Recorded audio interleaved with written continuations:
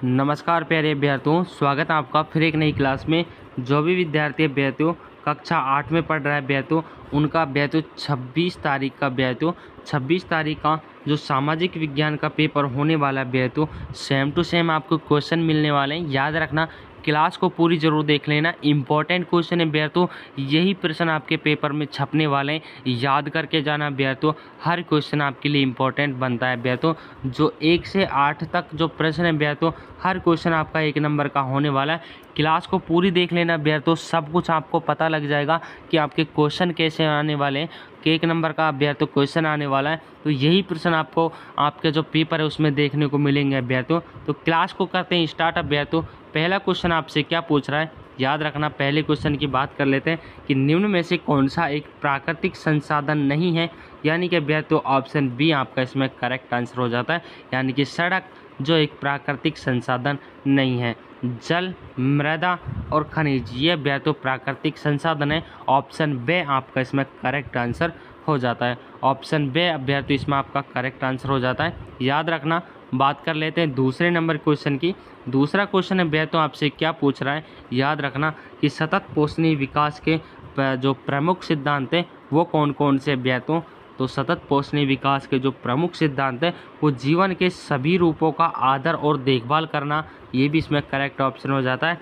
मानव जीवन की गुणवत्ता को बढ़ाना, ये भी इसमें करेक्ट ऑप्शन हो जाता है। पृथ्वी का जीवन शक्ति और विविधता का संरक्षण करना, ये भी इसमें करेक्ट ऑप्शन हो जाता है, यानी कि उपरोक्त सभी ऑप्शन दे अभ्यर्थियों आपका इसमें सही जवाब हो जाता है। तो याद रखना, तीनों को याद रख लेना अभ्यर्थियों, इंपॉर्टेंट क्वेश्चन है। हर क्वेश्चन अभ्यर्थियों आपके लिए इंपॉर्टेंट होने वाला है, क्योंकि ये अभ्यर्थियों यही क्वेश्चन आपके एग्जाम में मिलने वाले हैं। अगला क्वेश्चन आपसे क्या पूछा है कि ब्रिटिश सत्ता का प्रतीक किसे माना जाता है। तो जो ब्रिटिश सत्ता है उसका प्रतीक आपको बताना है। ऑप्शन से आपका इसमें करेक्ट आंसर हो जाता है, यानी कि ब्रिटेनिया को अभ्यर्थियों ब्रिटिश सत्ता का प्रतीक माना गया है। ऑप्शन से आपका इसमें करेक्ट आंसर हो जाता है।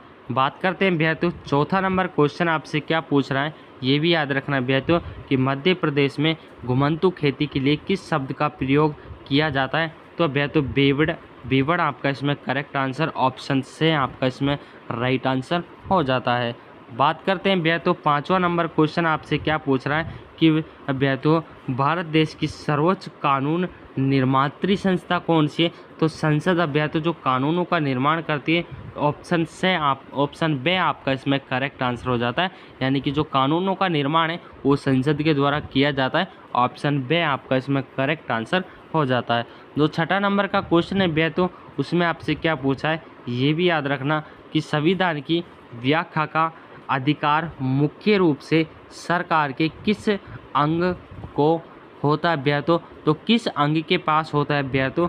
तो न्यायपालिका के पास अभ्यर्थियों जो अधिकार मुख्य रूप से सरकार के किस अंग के पास होता है।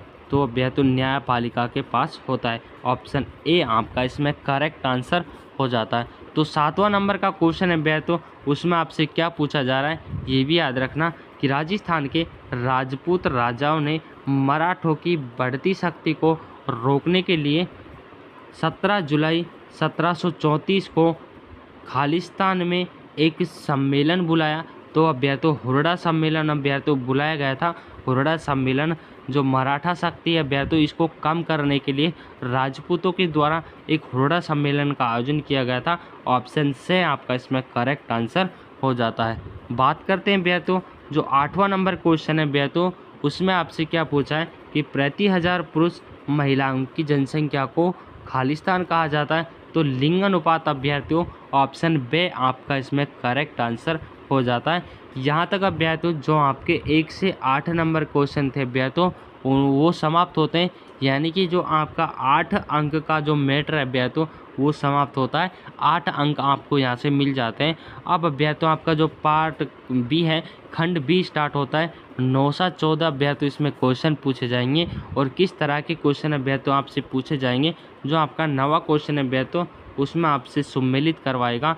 तो नोटा अभ्यर्थियों क्या है, इनमें से कोई नहीं। नोटा का जो मिलान है अभ्यर्थियों वो आपको बे से करना है, याद रखना। और VVPAT इसका मिलान अभ्यर्थियों आपको ऐसे करना है, यानी कि voter verifiable paper audit trial अभ्यर्थियों ये इसकी फुल फॉर्म हो जाती है। और मजदूर किसान शक्ति संगठन इसका मिलान अभ्यर्थियों आपको कैसे करना है, यानी कि सूचना का अधिकार जो 2005 में अरुणा राय समिति के द्वारा दिया गया था।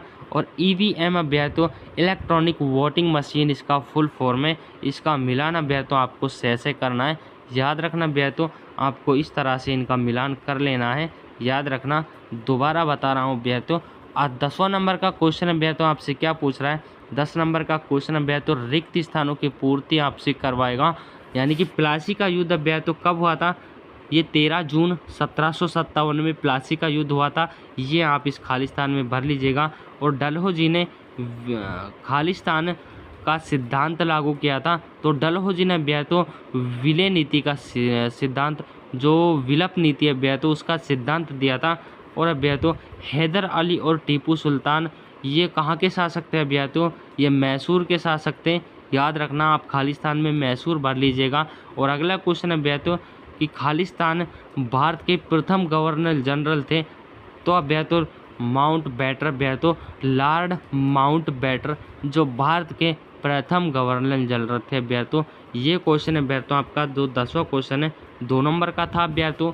याद रखना 2 नंबर आपको यहाँ से मिल जाते हैं। अगले क्वेश्चन की बात करते हैं अभ्यर्थियों। तो दोस्तों क्लास को यहीं पर स्टॉप करते हैं और चैनल को ज़रूर अभ्यर्थियों सब्सक्राइब कीजिए, क्योंकि जब तक आपका कक्षा 8 का पूरे पेपर नहीं हो जाता अभ्यर्थियों तब तक आपको यहाँ पर मॉडल पेपर कराए जाएंगे अभ्यर्थियों।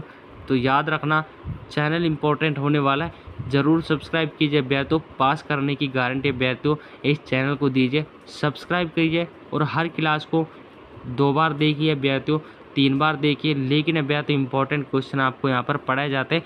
मिलते हैं अभ्यर्थियों अगली क्लास में, तब तक के लिए जय हिंद साथियों।